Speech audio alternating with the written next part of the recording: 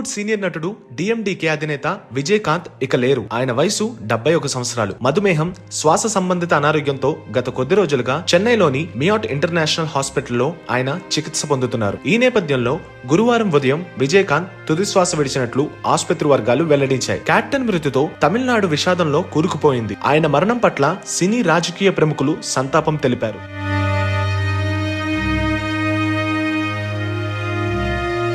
విజయకాంత్ ప్రస్థానం 1952 ఆగస్టు 25న మదురైలో జన్మించిన విజయకాంత్ అసలు పేరు నారాయణన్ విజయరాజ్ అల్గార్ స్వామి. తల్లిదండ్రులు కేఎన్ అల్గార్ స్వామి, ఆండాల్ స్వామి. విజయకాంత్ కు భార్య ప్రేమలత. 2 కుమారులున్నారు. చిత్ర పరిశ్రమలోకి అడుగుపెట్టిన తర్వాత ఆయన తన పేరును విజయకాంత్ గా మార్చుకున్నారు. 1979లో 27 ఏళ్ల వయసులోనే ఆయన తెరంగేట్రం చేశారు. కెప్టెన్ నటించిన తొలి సినిమా ఎన్నికం ఇలమాయ్. ఈ చిత్రంలో విలన్ రోల్ లో అద్భుతంగా నటించి ప్రేక్షకుల్ని ఆకట్టుకున్నారు. నాటి నుంచి 2015 వరకు నటిస్తూ వచ్చారు. ఒక దశలో 3 షిఫ్ట్లలోని పనిచేసి ఎంతో మందికి ఉపాధి కల్పించారు. కెరీర్ ఆరంభంలో నిలదొక్కుకోవడానికి కష్టపడిన విజయకాంత్ ప్రముఖ దర్శకుడు ఎస్ఏ చంద్రశేఖర్ డైరెక్షన్ లో నటించిన దురత ఈడ్ ముల్లకం సత్తం ఓర్ ఇరుత్తలైతో వెనుదిరిగి చూసుకునే అవకాశం రాలేదు. సుదీర్ఘ కెరియర్ లో 150కి పైగా సినిమాల్లో నటించారు విజయకాంత్. 1984 ఆయన కెరియర్ లోనే అద్భుతమైన ఏడాదిగా నిలిచింది. ఆ సంవత్సరం విజయకాంత్ నటించిన దాదాపు 18 సినిమాలు విడుదలవడం ఇండస్ట్రీనే ఆశ్చర్యపోయింది. పోలీస్ క్యారెక్టర్లంటే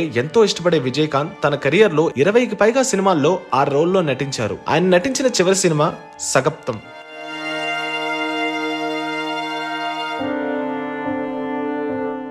కమర్షియల్ చిత్రాల్లో నటించిన తన సినిమాల్లో ఏదో ఒక సందేశం ఉండేలా చూసుకునేవారు విజయకాంత్. తోటి హీరోల్లా కాకుండా పారితోషికాన్ని ముందే తీసుకునేవారు కాదు. నిర్మాతలు ఆర్థిక ఇబ్బందుల్లో ఉంటే వారి నుంచి రెమ్యూనరేషన్ తీసుకునేవారు కాదట. అంతేకాదు, ఇన్నేళ్ల కెరియర్ లో విజయకాంత్ తమిళంలో తప్పించి మరే ఇతర భాషల్లో నటించలేదు. కానీ ఆయన సినిమాలు తెలుగు, హిందీ సహా ఇతర భాషల్లో డబ్ అయి అక్కడ మంచి విజయాలు సాధించాయి. విప్లవాత్మకమైన సినిమాల్లో నటించిన విజయకాంత్ ను పురిచి కలింగర్ అని అభిమానులు ముద్దుగా పిలుచుకునేవారు.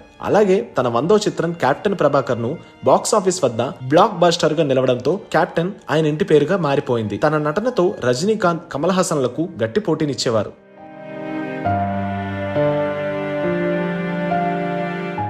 హీరోగా సక్సెస్ అయిన విజయకాంత్ దర్శకుడు, నిర్మాతగాను రాణించారు. తన బంధువు ఎల్కే సుధీష్ తో కలిసి వల్లర్సు, నరసింహ, సగప్తం సినిమాలను నిర్మించారు. 1994లో Tamil Nadu state film honorary award, 2001లో కలైమామని, 2011లో అనరరీ డాక్టరేట్ సహా పలు ఫిల్మ్ఫేర్ పురస్కారాలు అందుకున్నారు. విజయకాంత్ నటించిన చిత్రం విరుదగిరి.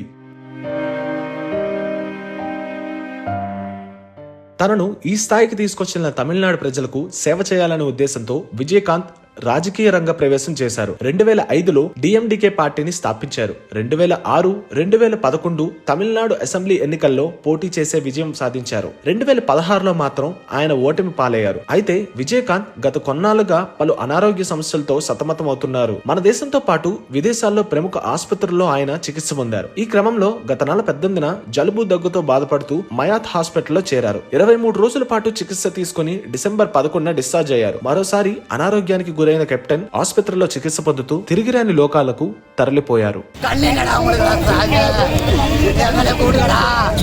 అయ్యో